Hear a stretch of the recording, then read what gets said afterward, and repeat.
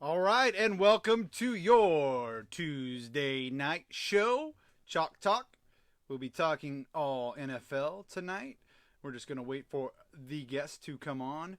Our host, our co-host, Eric. As soon as he gets on, we'll be ready to go. So thank you for coming out. Looks like they're ready. I'll bring him on. Maybe not. In just a second, we'll bring him on. Hope everybody is having a good Tuesday night. And let's get started. It's not letting me add you on for some reason.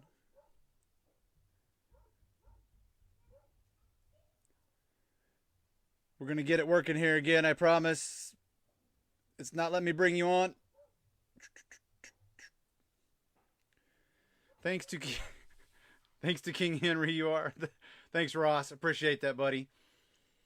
All right, let's see if I can get him going here. Going.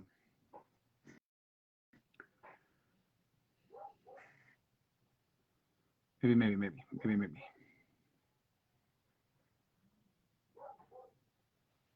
We're going to get this going. I promise. Always the technical difficulties.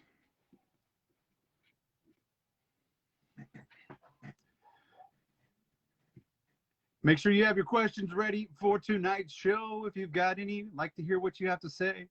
As always, we're having connection difficulties.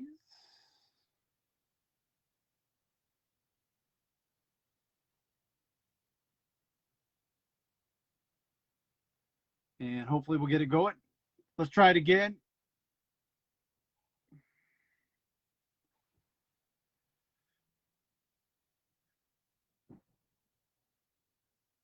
For some reason, we are having a hard time connecting tonight.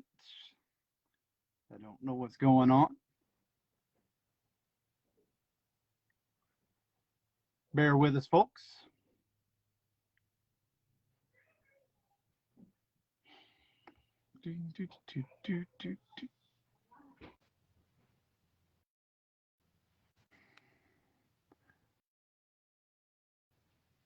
Can you hear me now? I'm trying. We're trying to get it working here. Hold on.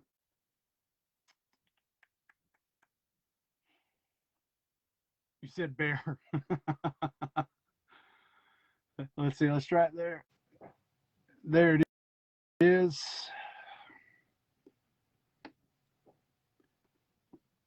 And we're trying to connect.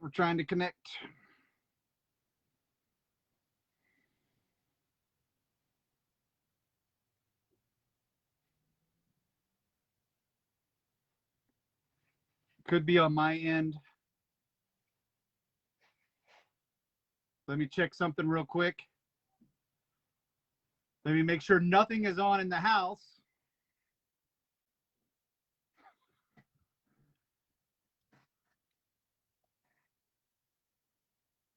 This is, yeah.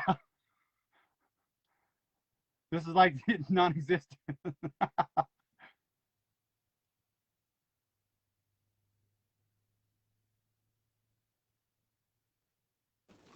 Heard.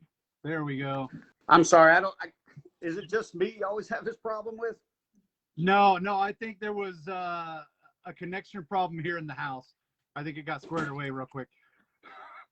Sometimes if we have, and I apologize to all the people watching, we live in the sticks, all right? So if I've got too many things running on Wi-Fi at one time, it's crappy out here. That's what I get for living in Guthrie, Oklahoma, folks. All right, well, welcome to your Tuesday night NFL Chalk Talk football show. I'm your host, Dash, and this is Eric, and we got all your NFL needs tonight. All you need. All you need. All right, let's talk about a few of the games. I'm just going to talk about the Chargers and Ravens right off the bat. Holy shnikes, I think we saw this coming, and we talked about this the last couple with them not having a run game per se. I think that kind of hurt them against the Ravens. It just nothing they could open up to play action pass to do anything against the Ravens.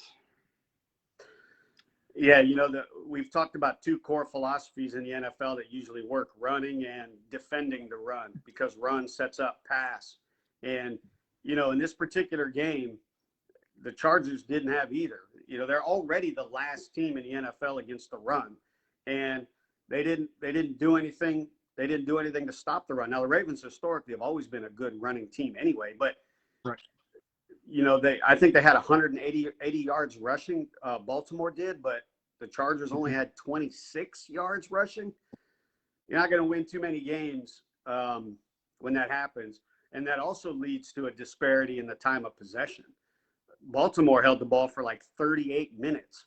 So even though they had the same number of total possessions, I think they both had 11 possessions, because the Chargers couldn't establish the run, and because the Ravens kept everything in front of them, the Chargers couldn't really, they couldn't establish any momentum, or they couldn't get a rhythm going that, that fast-paced offenses really need to set up. And because of that, the Baltimore, to me, they beat the brakes off them by the score, but if you look at the stat sheet, it's not overwhelming other than the run. 26 yards rushing is absolutely terrible. But the Ravens did very well where it mattered. Time of possession, turnover. The Chargers, as we're starting to learn, we're going for it kind of team. They were only 1 for 4 on 4th down, but even worse, they were 3 for 12 on 3rd down. So they could have had many more possessions to get that momentum. So, yeah, but gosh, we're in week 6, and we're seeing these teams that are looking fantastic, and then we're seeing these teams that look terrible, and then boom, and then we're seeing these teams that are just quietly creeping up on. You can't get a grasp on any truly dominating team right now. Just like what happened to the Bills last night. It's just goes to show you that any given Sunday is a true statement. That's my next question. Obviously, Derrick Henry. I hate to use the word owns because it's such a bad term, but yeah, Derrick Henry owns the Bills. I think if he's excited for one game per year, I think it's definitely the Bills. God, isn't he a special running back? In today's day and age, where it's a passers league, where the quarterback is constantly protected, so that now we have these godlike quarterbacks playing forever, and that the average in the NFL right now is 66% completion. So that's almost, it's already dinosaured the fullbacks, but you almost get a sense that it could potentially be dinosauring the running backs too. And then you have, dynamic, just exciting players like Alvin Kamara and, Jonathan Taylor for the Colts is turning into that kind of running back. But then you have those stalwarts like Derrick Henry that are, just day in and day out. They're working hard during the week. They're out of the limelight, but then they go to, they put on their uniform on Sunday, and it doesn't really matter who he's playing against. He just goes, and he's got good power. He's got great balance. One of the amazing things is he still is not fumbling. His fumble rate is super low. And so, yeah, I agree. He generally has a better game against the Bills. But, we're just looking at a special running back. Yeah, and Ross brings up a good point where you're talking about, I think the running back will just kind of be an extended receiver. Well, they've always been an extended receiver. Yeah. But, yes, that does make them more dangerous, with the likes of Pollard and even to an extent Kareem Hunt and Chubb. Yeah. Both of them catching balls out of the backfield makes them even more dangerous with the run. I don't know if I would hate to see what you call dinosauring the running backs, but I think it could come to a point where, it's every once in a while they get a good run, they get a back that can just scramble up maybe 5-10 yards, get them that 5 yards that they know they need to be ahead of the sticks there in downs, and then use that play action. Yeah, I would really, really hate to see the running back go away because like you said, Derrick Henry and all of them that are special back, even though Chubb and Kareem Hunt are hurt, they're still special backs that I would want on my team any day. But yeah, he's comfortable against the Bills. I've never, he has great games against everybody. Don't get me wrong, but something about when he plays the Bills, and even looking online and reading some of the papers I read yesterday and online stuff, the consensus was how many yards was Derrick Henry going to have against the Bills? Right. We know the Bills have a great defense. We've seen it in and out. Regardless of people saying they don't play anybody or they haven't played anybody, they still have a good defense. You to stop a team from beating you, you have to have a good defense, no matter if they're good or bad. This is not college. This is professional football, and we just watched that with the Chargers and the Ravens, just like we talked about. Mm-hmm. If you're not playing good defense, people are going to score on you, and so he just. I mean, I'm not down on the Bills by any means at all, but I think he just has a really, really, really good.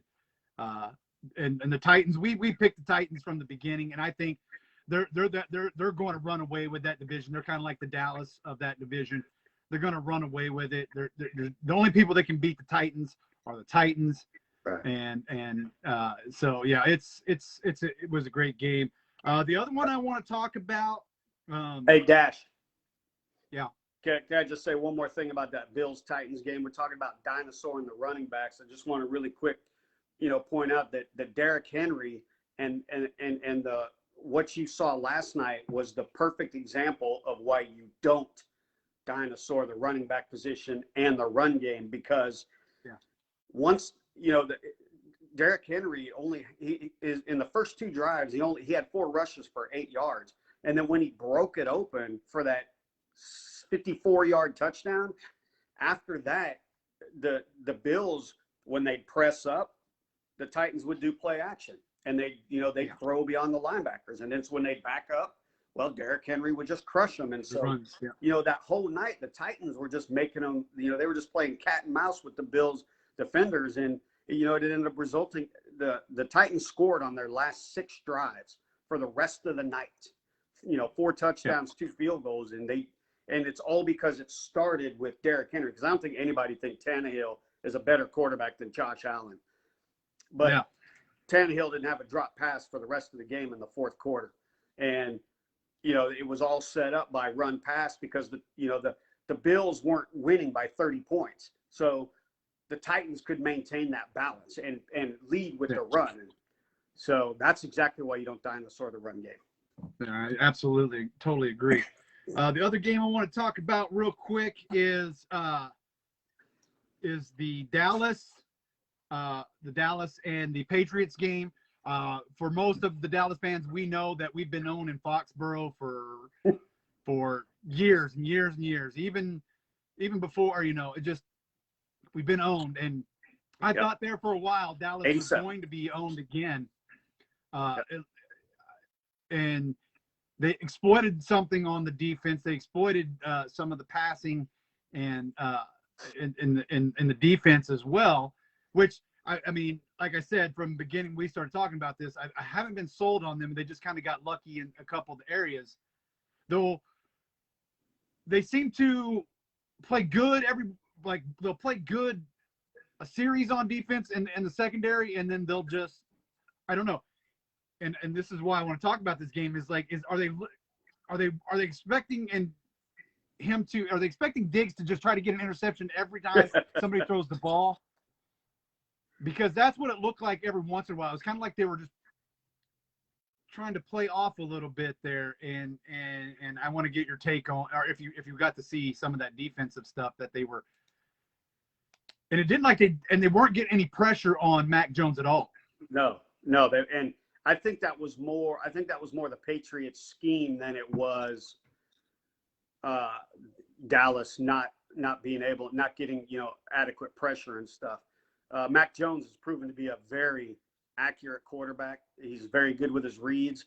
So I think some of that was him, even though he's a rookie. But, the Patriots didn't seem to be going away from Mac Jones all day. That's just away from Diggs all day. I think Mac Jones was aware of where he was and was just making smart throws in that area or, going the other way. But if you look at the interception, that really wasn't Jones's fault. I mean, he led the receiver. He led him just a little bit, but you know what? Like we said before, great players are going to put themselves in position and then they're going to sniff out victory. And, Diggs picked it up and was gone. So I do think you're going to see more that, Diggs is going to end up on an island. And that should, when they start playing better teams, with NFC teams where the playoffs are on the line or where positioning is on the line, I think then we're definitely going to see what Diggs is made up when he ends up on an island. And, they have to pressure the quarterback. Somebody like Aaron Rodgers, it might get interesting. But one thing I love, I know we're talking about the Cowboys defense, but I love what Mac Jones did the very next offensive play. Went right after him, after Diggs. Rookie quarterback, what moxie that took, and threw a beautiful pass. And, it was on target. Everything was perfect about that play. Yeah, unfortunately, Diggs undercut it, but we talked about him, and he's probably rookie of the year right now as far as I'm watching, at least through the first 6 games. It's, like I said, hard to make a judgment. But of all the rookie quarterbacks, we've said since the beginning, he's playing the best. He's probably the best football. And he showed it in Alabama as well. There's no doubt about that. The kid is smart, and he's got great vision on the field. And I do, and I agree with you. I even looked at the wife. I said, that kid made a mistake. I mean, even if it wasn't really, like we talked about, it wasn't really his mistake, but he went right back to the person that took the ball away from him, threw a dart, and it was a 75-yard or 74-yard touchdown. It was that's what you do. That's what you want to see in your quarterback when they make a mistake. You want to make, all right, is he going to hang his head? No, he's like, we're going after this win. We're going to win this ball game. Yep. And that's what I want to see in my quarterback, and it's just great to see. Overall, I thought it was a great game, and it was good for Dallas to finally win in Foxborough. But Dak having another 400-yard game, I know that the extra overtime helped a little bit, but he looks good. He looks good. He looks comfortable. Had a little bit of an injury there on that last play. He's in a boot, but it sounds like he's fine. It's just like a deep contusion or something. So looks like they got the bye week, which hopefully that'll help him. Big. But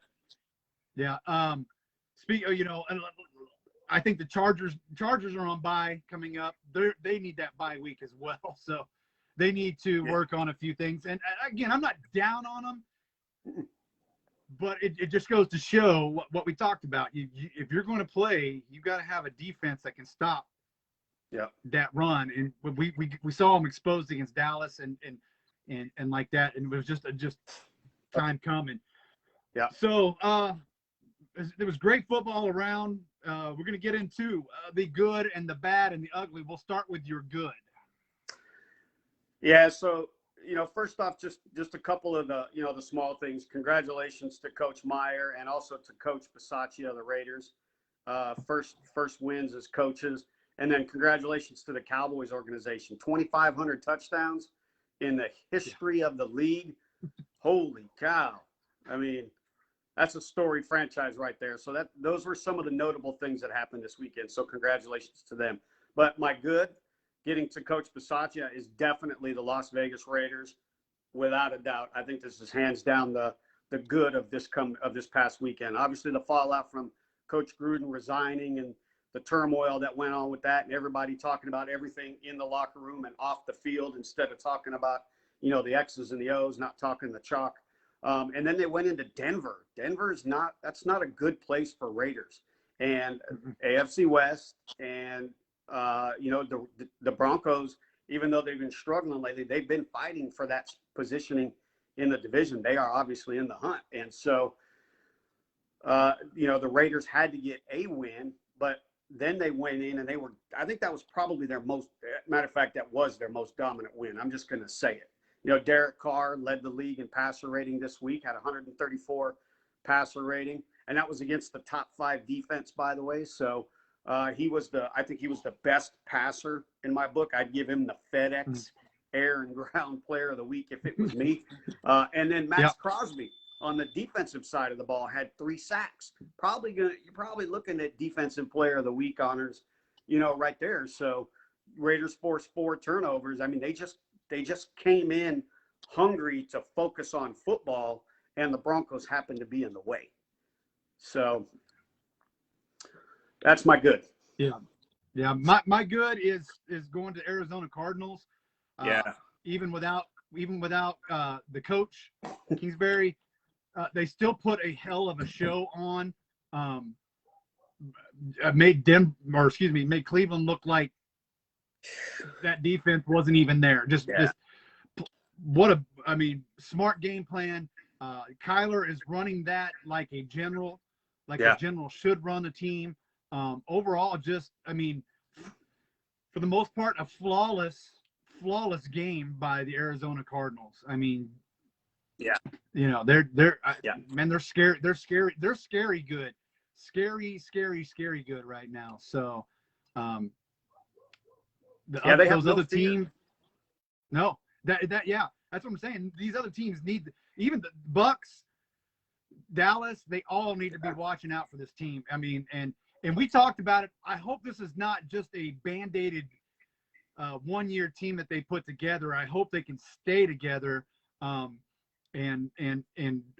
continue to win like this, because I think they found something. I've seen, like I said, stuff online and articles and things that, they just brought in these people just to Band-Aid it for 1 year. J.J. Watt, Band-Aid for a year. He may leave and do this. Yeah. And then I've seen, Larry Fitzgerald, since he left, now they're, they never went this good on a season while he was there. Now that he's gone, the curse is lifted. I don't think that was anywhere near Larry Fitzgerald's, that was his thing. But that's my good for the week, is the Cardinals are scary good. Yeah, scary good. Yep. Number one, they're my number one in top 10 this week. Absolutely. Before we jump over to the bad, I got a quick question for you. So, for the fans out there, Lions head coach Dan Campbell, in his comments after their game this weekend, called out quarterback Jared Goff and literally told him he needs to step up more, put more on his shoulders. Do you think that was appropriate, or do you think that was no-go material for a rookie head coach? Man, that is that was on my Hero Zero, but we'll just answer it now. Oh, my bad. No, you're good. That's a good question.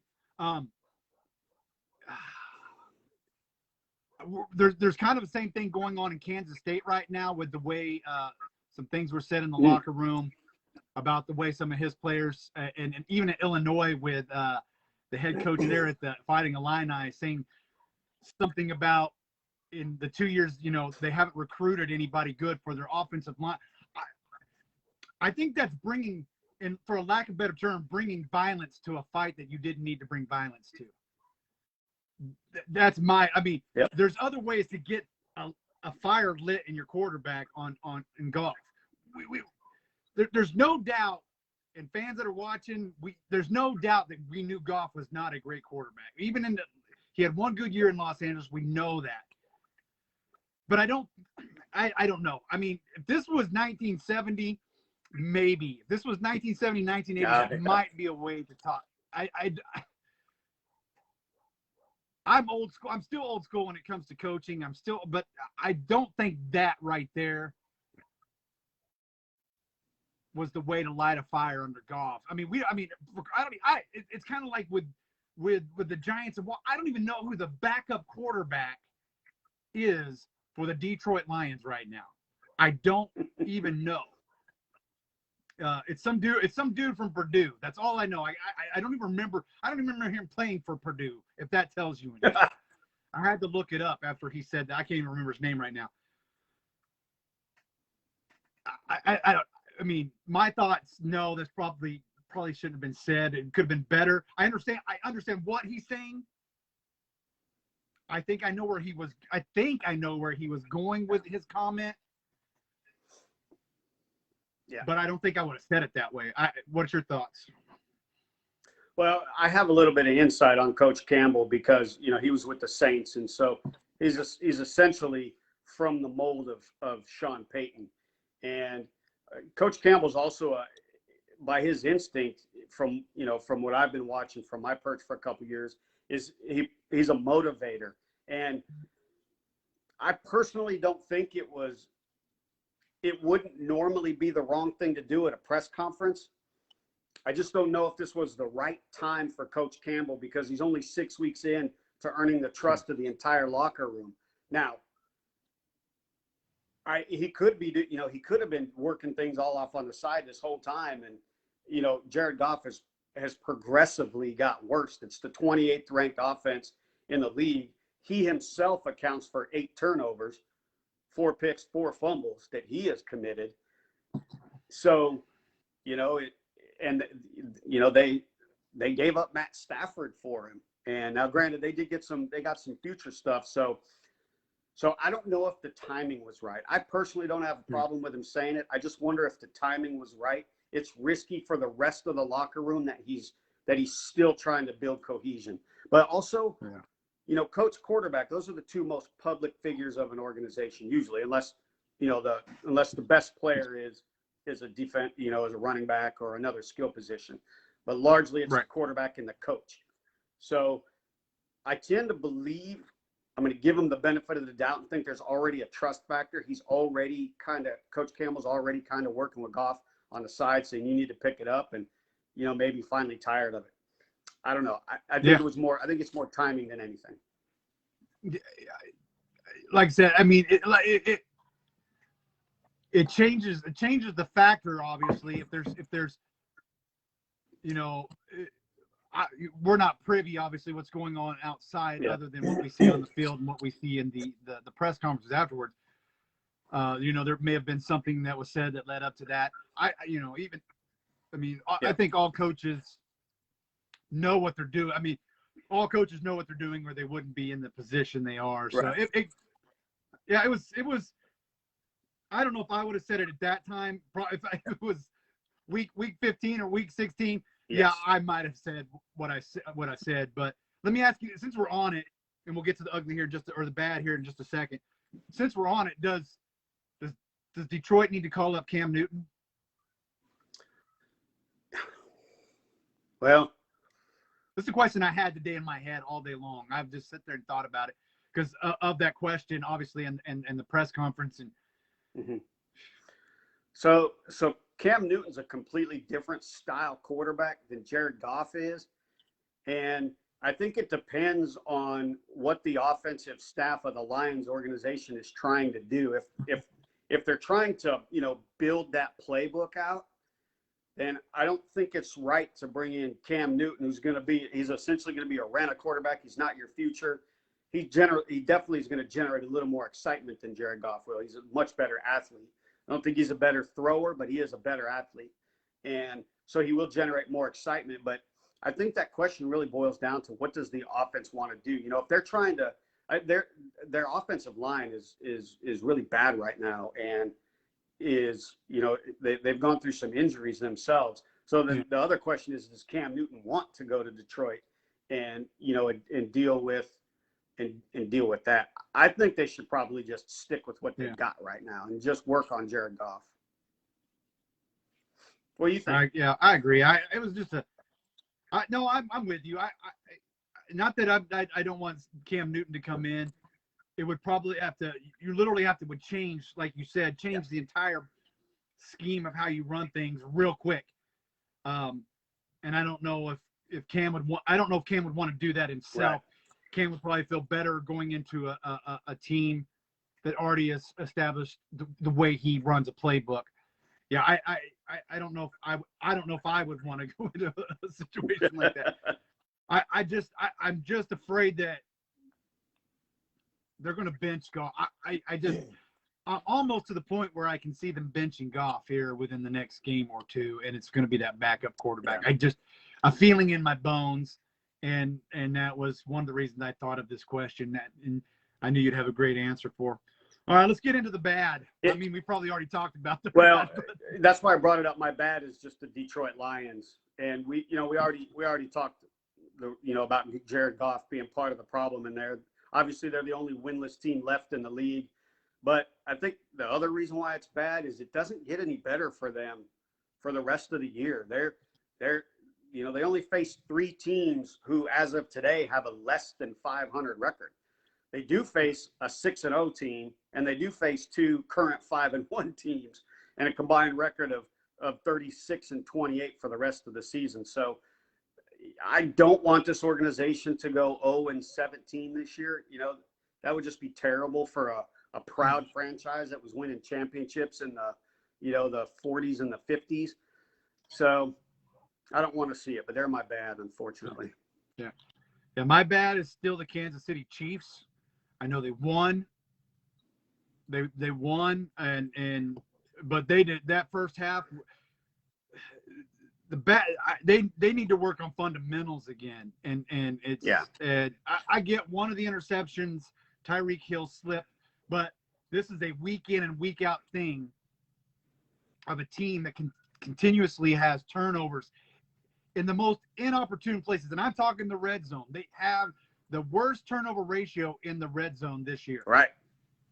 And something needs to be worked on, whether it's I don't know if Mahomes' head is in it. I don't know if the players' head's in it. I don't know if they're getting down because the defense is just bad, ladies and gentlemen. That defense in Kansas City is bad. And when you and I hate to say it, when you let Washington kind of have your way, I mean, yeah, you broke out and had 21 unanswered points in the second half. I got it, because we know Washington's not that good. We just know it. And Heineke is not going to be the greatest quarterback that anybody's ever faced. Yeah. Something needs to happen there in Kansas City, because they do not look like the same team from the last couple of years at all. So that's my bad. Yeah, their Lady Luck just has allergies, and she's on the sideline right now. These kind of throws that Mahomes was making for a while, and the crazy catches, and they were all working for them for the past couple of years. And, now some of the no-look passes and that weird kind of pass that he tried to do towards the end of the first half, where I don't know he tried to make a play happen like he's been able to do, and that one just flopped, went straight up in the air and right into the hands of a Washington player. It was just ugly, and we are definitely not used to seeing that out of Patrick Mahomes. Yeah, I agree. All right, what's your ugly for the week? Yeah, so I took an unscientific survey at work, and I think I'm probably the only one that is calling this, but I think my ugly for this week is going to be Aaron Rodgers. The trash talking with the fans. I am all about trash talking. I'm all about trolling. I think it's a great part of the game. The fans are obviously a part of the game. I just wasn't a fan of the comments that he said to the fans, after he scored that touchdown, and, up to the fans, it was like, I own you. I still own you. I just thought that was that went a little too far. Go to the Bears, go to the coaching staff, go to the trainer. I'm all for it. Comments like that to the fans, I'm not a fan of. But I quickly learned with some of my other, my local friends, that they were like, that's football. So I might have been the only one. Yeah. You're not the only one. I mean, like we said, there's a time and place. I don't know if that was the time and place for it. That's football. We got it. And there's trash talking, and I love trash talking.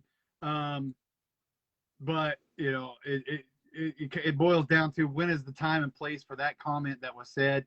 Probably on your Twitter or on your Facebook, or I don't know.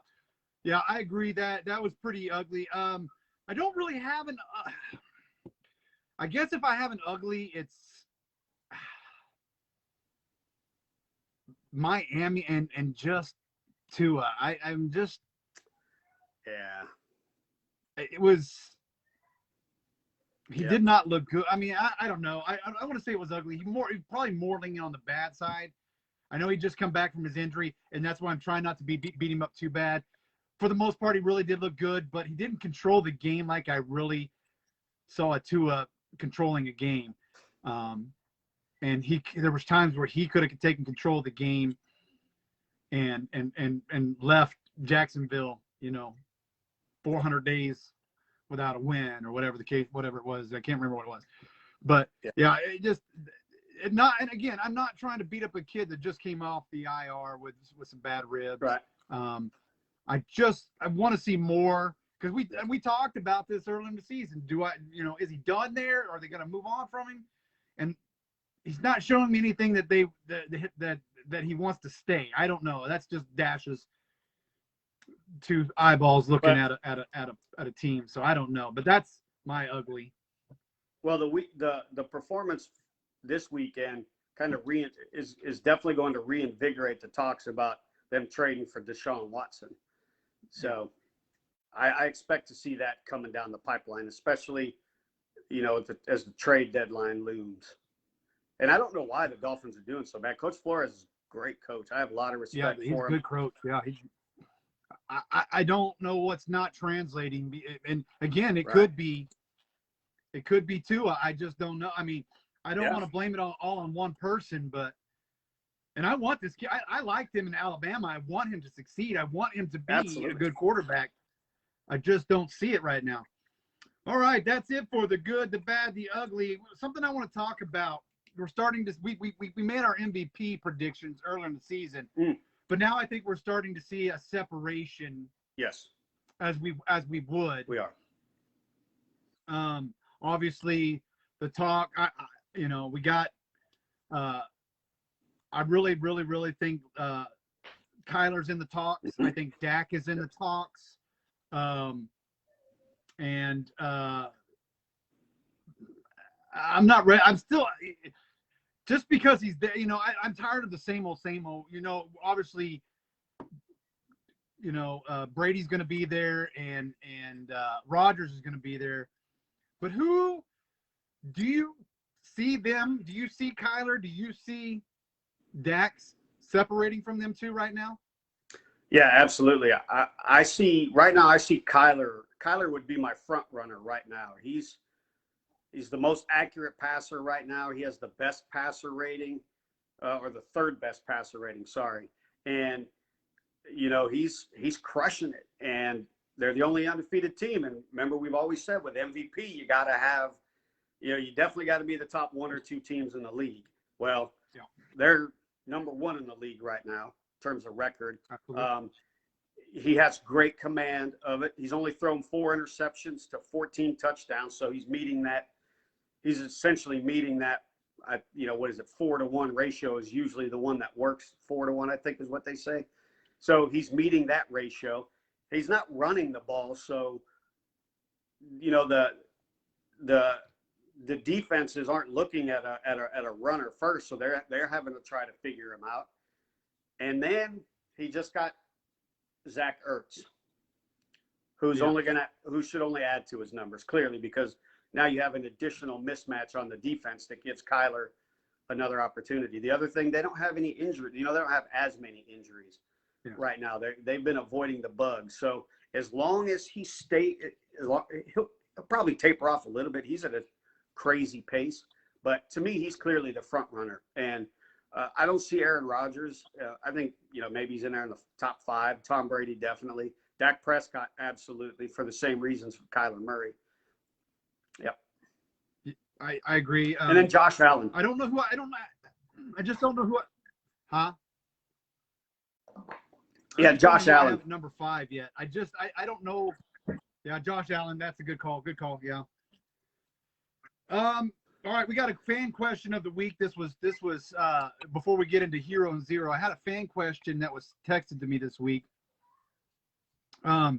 asking, during replays, who has the final say in the replay call? The question was they've seen referees arguing, and then they go to do the replay, and then what if the head referee and the replay officials have a disagreement? Who is the final say in the overall? So that's a new change too, and I don't want to say new change, but it's a recent change. And so for the regular stuff, the referee, the lead referee has, can make all those calls. And when they get into disputes, the lead referee makes it. But they are allowed to go back to New York for things like scores, turnovers, and that sort of thing. And I don't know who gets the final say for in terms of the clock management, because that always matters.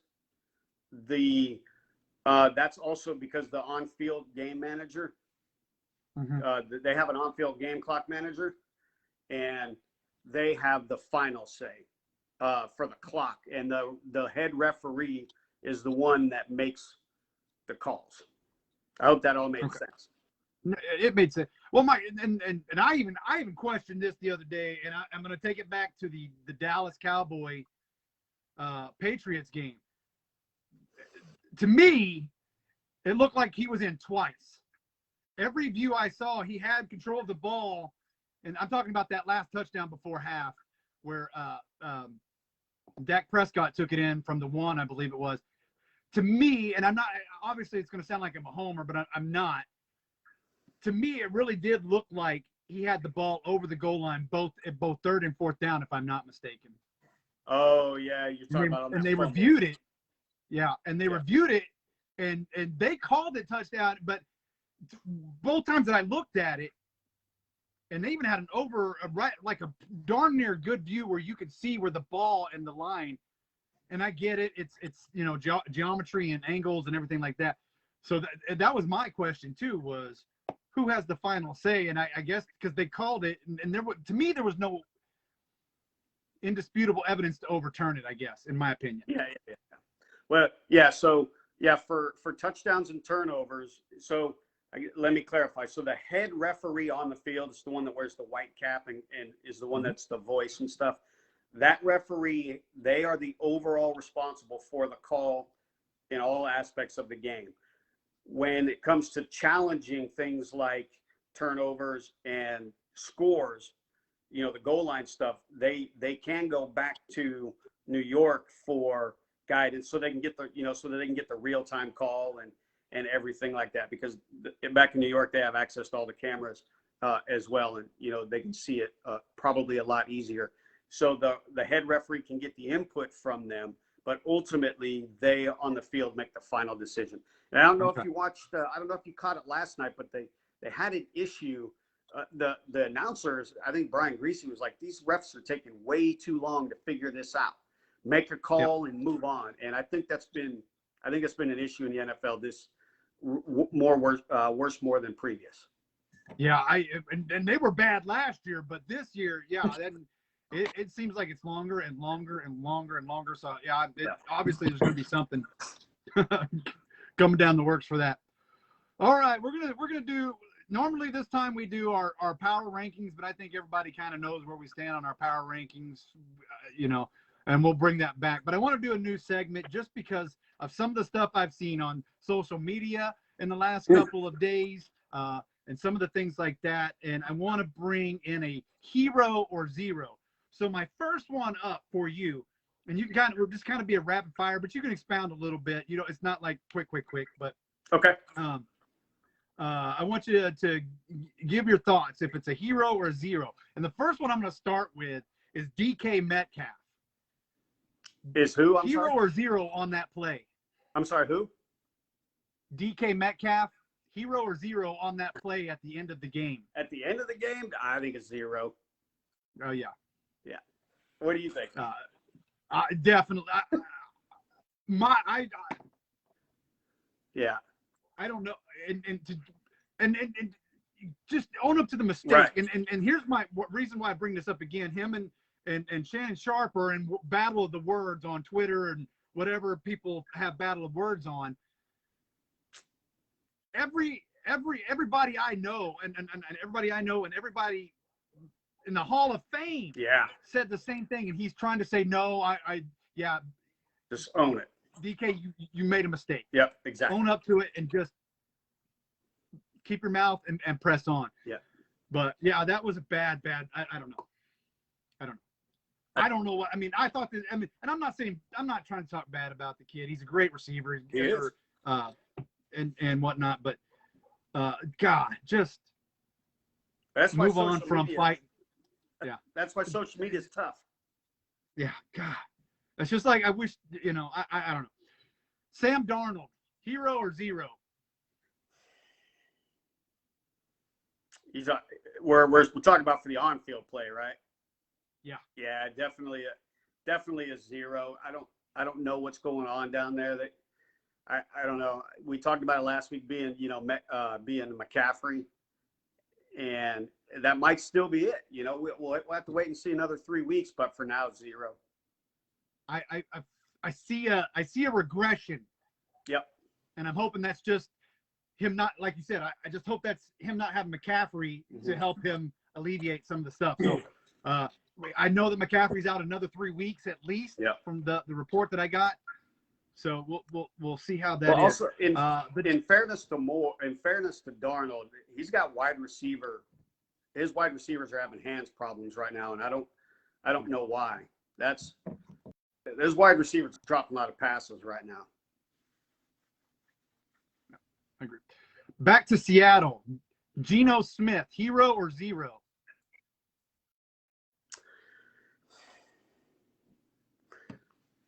I'm not going to give him the zero label yet. He did, he caused the fumble at the end to give it up, but he got him back in it too. So he made some early mistakes, early read mistakes. Then he got him back in it, made him competitive, and then fumbled the end of the game. So I'm not, he hadn't played since 2017 or 2018 when he was with the Giants. So I'm not ready to call him a zero yet. He's definitely not the answer, but for a fill-in role, I'm not ready to give him the zero. So for now, I'm going to give him hero. Nice. That's I was going to say the same thing. For someone who sat out for so long, he's done a really great job getting acclimated back. I don't want to, again, he looks really good at times, and I don't want to give him that zero because he's doing what is asked of him. Yep. And he has some shining moments. So I'm with you. A hero. The Cleveland Browns coaching staff dealing with Baker Mayfield's injury. Yeah, total. That's a great question, and I just think a complete zero. Your two running backs are out. Your defense has already been, or your passing game has already been suspect. I would have hemmed him in a little more, and a lot of slants, a lot of screens, a lot of short throws, and I would have just, especially when they started getting down. I mean, they came back and made it good. It was 23-14 for a couple minutes, and then Baker fumbled and hurt his shoulder, and Arizona ran away. So I don't think they're handling it very well. Yeah. They should probably sit him for a little while. I agree. Okay, here's the thing, and I agree with you. There's zero, and I don't think you lose anything. Hear me out. You don't lose anything if he's injured, you don't lose anything by taking him out. Get him healthy, get him well, and fight next year. You've lost Chubb for another game or two at least, and you've lost Hunt now for 6 weeks at least. Yeah. I think it's time you say, all right, this season's now a wash. I don't want to say that, but I don't know if Case Keenum can come in and be the quarterback that can lead them to that record that they thought they could get with Baker. And maybe he can. I don't, it's been a while since I've seen Case Keenum throw a ball in a while. So I think he's getting the start against the Denver Broncos this Thursday, but we'll see. But this is exactly what we brought up last week. We didn't I mean, I guess I don't want to speak for you. I'm sorry. I didn't think that Coach Stefanski and the offensive staff had enough trust in Baker to give him the ball at the end of last week's game. But then now when you're, what you're the best with in your running game is essentially shot, you still turn to the quarterback who you weren't trusting before, and he was injured. I don't. To me, I don't know if you're sending the right message. I don't know, but 0 for me.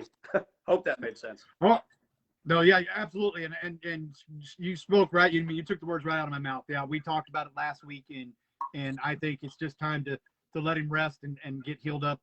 Yeah. I know it's not the throwing shoulder, but I mean, injury is an injury, and it can be worse. And then you're looking at something further down the line. So, agree. And we talked about it, but I already had it in there. Mac Jones, hero or zero? Yeah, I give them a hero. They lost, but I just think that was sweet going right back against Diggs. Yeah, I agree, man. I'm looking forward to the Patriots building upon him and maybe making some more runs again, because I can see it happening. Absolutely, 100%. All right, we got our picks for the week. You're standing at 26-14 right now. The fans are at 19-21. You had a couple of you picked. I believe you picked the Browns. Yeah. No, hold on. I believe you did pick the Browns. And then you had a bad one with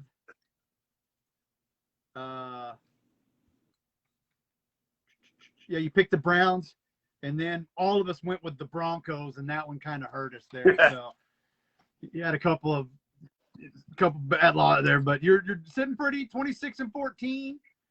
And the fans are at 19-21. So we got some I believe this is the first week for buys. So we're going to start seeing some teams have their bye week. So the first game up is this Thursday, the Broncos at the Browns. So is Case Keenum getting a start? I do believe, from what I heard today, they're going kind of back and forth right now. They don't know if they're going to sit Baker and let Case start, but there is lots of chatter that Case was taking a lot of snaps in practice. I think I'm going to go with the Browns. Okay. All right, and I am, man, this is tough. I'm going with the Broncos. I'm just going with the Broncos, and nothing again. I hate picking against you, Baker. I do. I don't know if you're starting.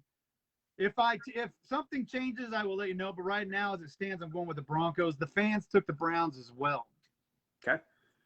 A battle that, this is a battle I didn't think would happen, but it's going to happen. Bingles versus Ravens.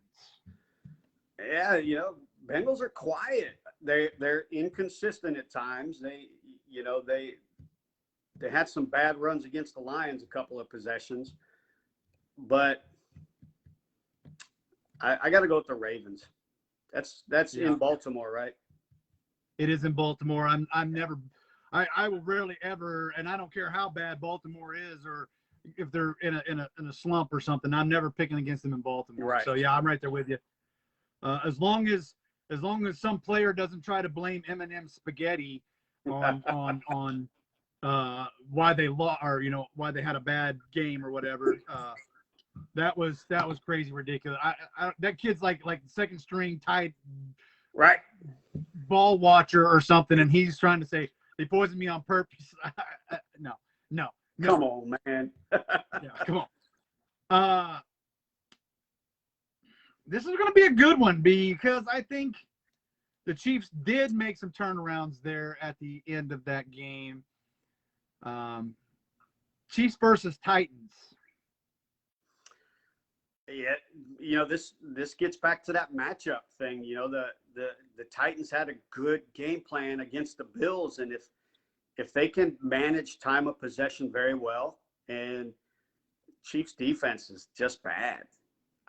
I think the Titans win this one. I'm going with the Titans. Yeah, I think Derrick Henry has another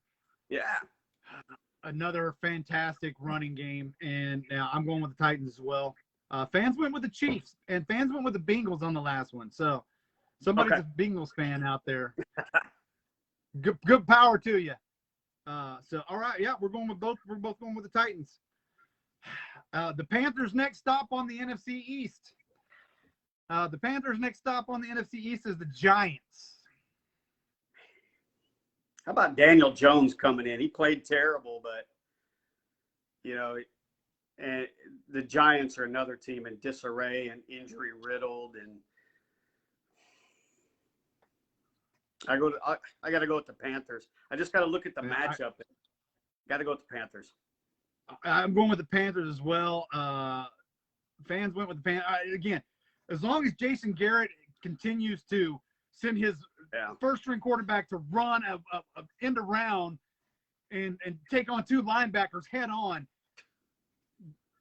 there's a problem in New York Giants land, ladies and gentlemen. And I don't think it's the coach. I think it's the offensive coordinator. I said it when he was in Dallas. So that's my pick.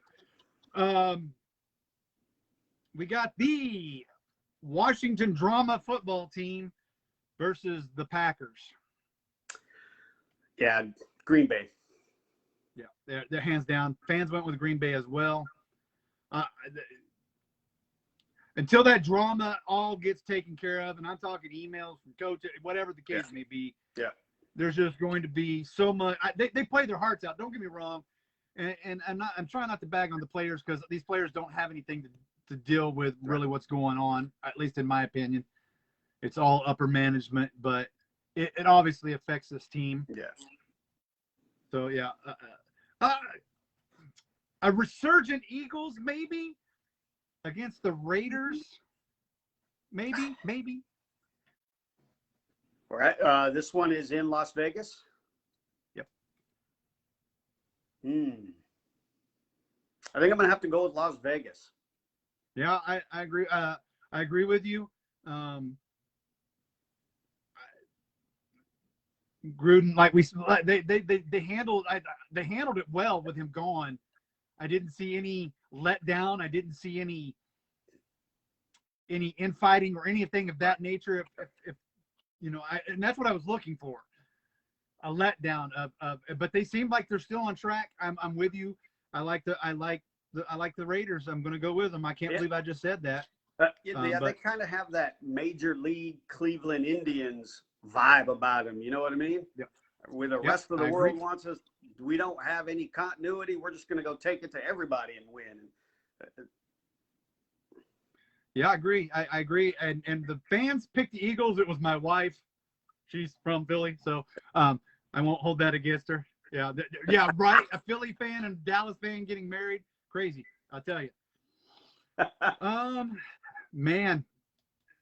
Because of the bye, I just had to pick this game because there's Lions versus Rams. Yeah, Rams. Stranger things have happened in the NFL this season, but I don't see any way that Stafford does not show up for this game against his former team. Yeah, this was one I marked earlier in the season to see.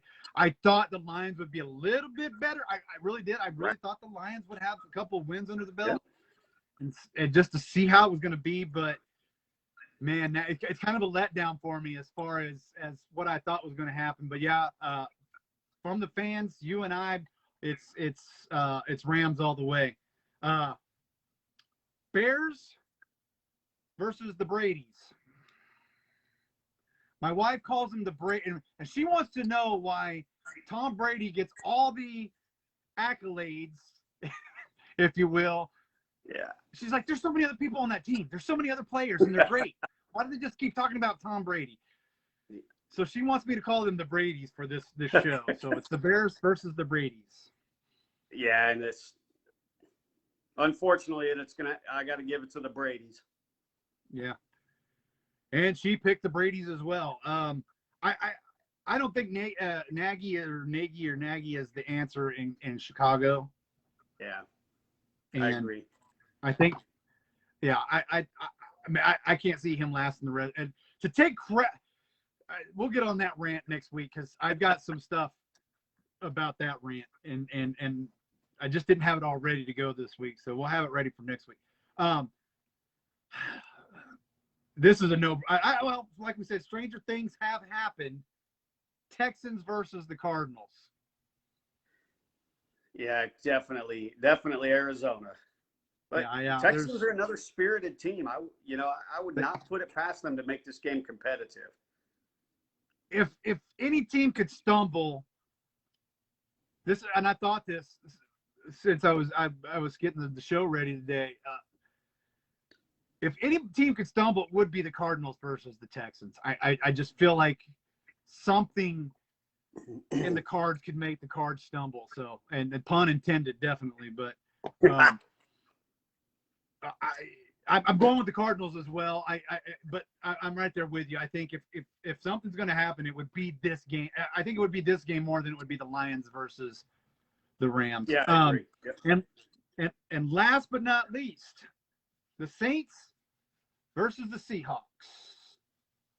Yeah, I'm obviously not just because I'm a Saints fan, but I think this is a great matchup game also, even though Geno Smith, is playing.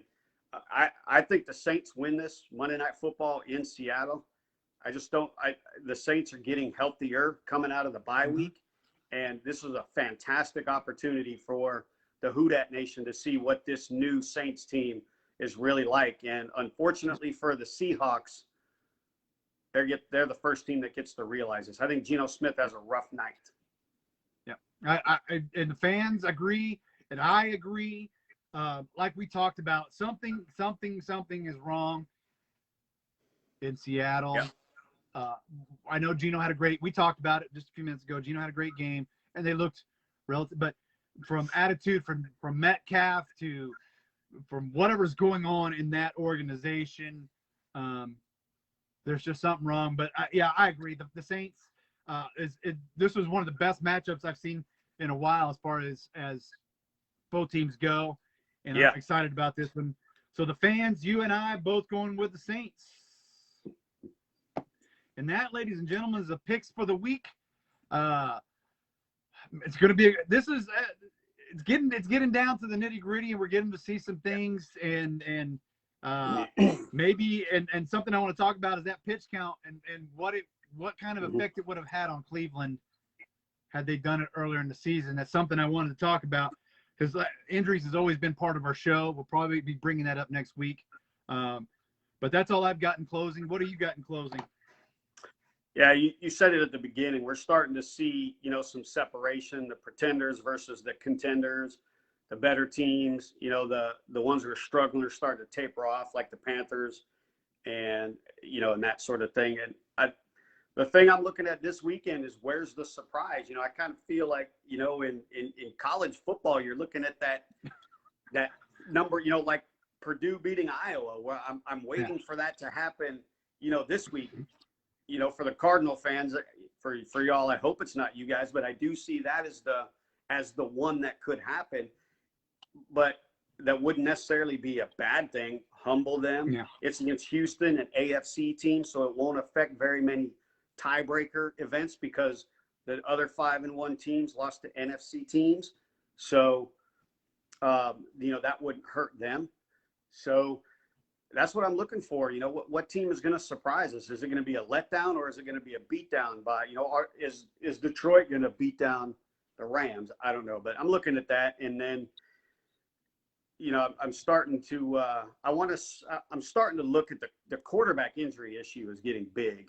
And every week, two quarterbacks are at least two are just struggling. So I'm looking to see which quarterbacks go down this weekend. Yeah, man. Wonderful stuff. As always, a pleasure talking to you on Tuesday night. My pleasure. Thanks. These things are rolling a lot better. We're getting a whole lot better at it. Yeah. I enjoy it. Yeah, so I hope you are too. Yeah. All right. So, well, ladies and gentlemen, that was Chalk Talk for this week. We'll see you next Tuesday. Please continue sending questions our way. As always, this will be uploaded onto YouTube. If you want to tell your friends, let them know about it. Let them watch it.